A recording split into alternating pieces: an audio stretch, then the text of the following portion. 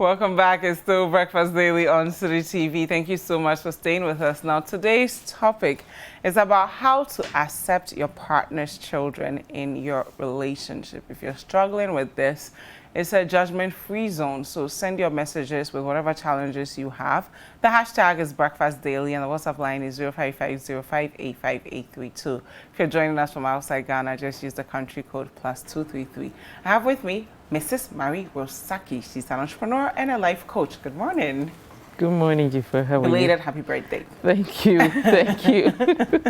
Now, this topic, I was telling David earlier that for me, it's a non-starter. It's not even something I have to talk to you about. If you don't like my kids, that's it. Or if you have to think about accepting them, that's it.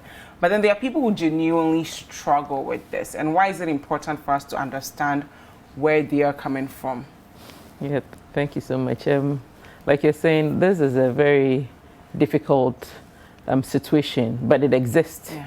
Yes, and it comes under what we call the family systems. We have different types of family systems, and this particular one falls under what we call the blended family system or the step family system. Mm-hmm. So under the blended family system, what you have is usually you bring either one partner bring other children, his children or her children into the relationship, or both parties will be bringing children before, so it will be my child and your child beating our child. Mm-hmm. Before you have, so you have this kind of mix. You can also have the situation where even you can inherit, because I know situations where people have inherited children from their deceased siblings, yeah, and they have to raise them, so you have to add them to your own and raise them. It's never easy because the emotions are difficult. It could be a situation where there's been a divorce, so you are taking the children and you are going into another relationship, so you have to carry the children along. And it can also be the situation where one partner passed away, and so you are left with children. You want to move on with life, you want to get a partner, and so the children are a big factor for you. I think I like the fact that you said this already. It was part of my issues I was going to say, that especially for those who are not married yet, you have to assess yourself. The first thing you have to do in going to a relationship like that is to do a mental assessment. Mental readiness. Are you ready for it? You have already told me it's a no. Mm-hmm. If you can't accept my child, it's no. Or there's some people who are naturally raised or born in such a way that they are how do you call it? I don't want to say they are conceited. Narcissistic. They are, yes, they are all about them. Everything, yes, everything is about them. Yeah. And they can't handle bringing other people in. Yeah. So if you think you are that person, you don't even have to go in there. Mm-hmm. Don't start so that you go in there and become mean. Because it's not that level terrain. There are so many different levels that you have to deal with. So you have to, first of all, check your mental readiness. Are you ready for it? Not only for you and your partner, but for the children, all parties involved. There's something we call emotional coaching. You have to do emotional, especially for the children. Yeah. You have to look at the children. Children between the ages from 10, below 10, they have the way they adjust. It is much easier for them, but the attachment sometimes will bring with some jealousy because they will be attached to the parent that is coming in. Between 10 and the teenage, maybe between 18 years, they also have their own kind of struggles because they are teenagers, and they will have rebellious adolescents into teenage and all that. So they will have different. They are the most difficult, and they can give you a lot of problems in that relationship. And 20 years and above, if they still live with you, if they don't live with you, they might be visiting. They might have their own concept. But then you have to look at how you can adjust and come together and work it. Secondly, I'll say that you have to limit your expectation, you know, or don't set unrealistic expectation that as soon as they come, you will fall in love with them. Or they will like you. Or they will like you.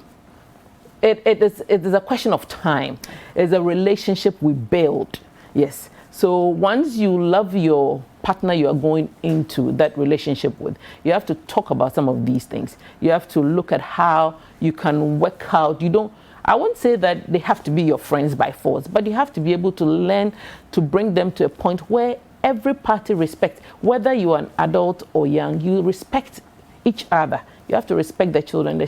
You have to let it be something that is demanded of everybody. The children will have to also respect the adults. You have to be able to work your relationship on a very solid marriage, because if the marriage is not solid, then you have the experience where at one point in time, if you start treating the children anyhow, maybe especially I've heard a story where a man married somebody after the wife passed, and then he had children with this other woman. When the children came in, then she started treating the other kids badly and all that. They were abroad.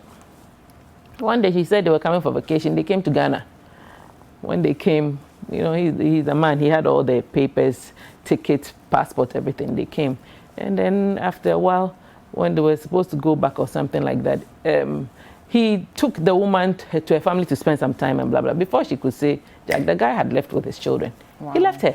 Wow. There's been instances like that, a lot of instances like that, where people can even run away and all that. It doesn't need to be so. We are humans. I always say that. Why do we go into love relationships or into marriages with this kind of antagonistic attitude?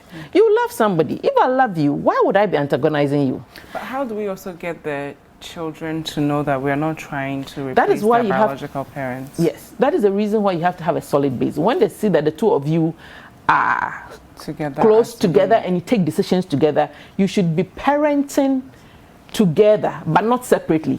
Don't do it separately. So you have to have communication. Communicate about the children. How are we going to raise them? Many times we come from different backgrounds, so we've come and want to bring the rules of our previous marriages into the new. And that is what gives us problems. This is a new place. This is a new ground. You have come. You and your partner will have to come and call the shots for this new playground that you are, so that you know that this is the rule for this new one. So don't import previous rules and regulations and feelings of your past relationship into the new. You are in a new relationship. Set your standards, set your values, set your vision and dreams, and ensure that, everybody is on the same page. How do you also give your partner space to bond with their children without feeling like, without the children feeling as though you're fighting over the attention of your partner? How do you balance that out? Because they are still fathers first before they are your partner. That's a very good thing. I was even going to talk about that. When your biological child, the bonding is easy because you've bonded with a child already, and so if you come in bonding, it's another thing. You have to work it in another way, have more time with the child and all that.